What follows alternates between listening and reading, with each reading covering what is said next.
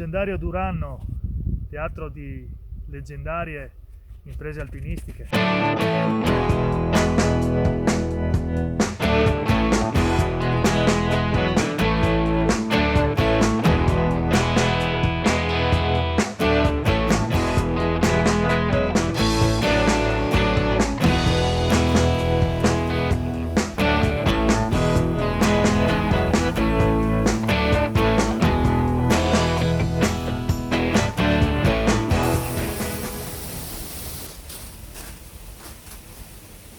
Benvenuti nel regno di ghiaccio della Valsemola.